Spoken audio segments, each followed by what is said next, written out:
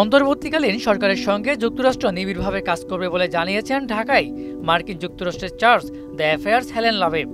যুক্তরাষ্ট্র স্বাস্থ্য, শিক্ষা, শ্রম, শাসন এবং রোহিঙ্গা ইস্যুতে ঘনিষ্ঠভাবে কাজ করবে বলেও জানান তিনি।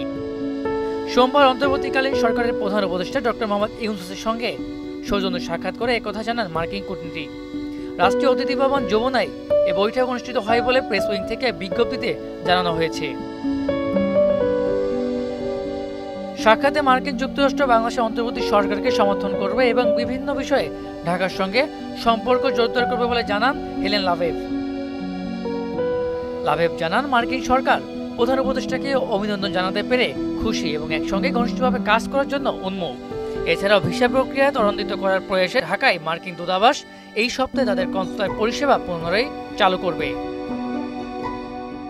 সিটি হেলেন লাভেভ এর আগে গত 14 আগস্ট পররাষ্ট্র উপদেষ্টা ডক্টর তৌহিদ হোসেন এবং 18 আগস্ট প্রধান উপদেষ্টা ডক্টর ইউনূসের সঙ্গে কূটনৈতিক কোরের মিট অ্যান্ড গ্রিট অনুষ্ঠানে সাক্ষাৎ করেছেন।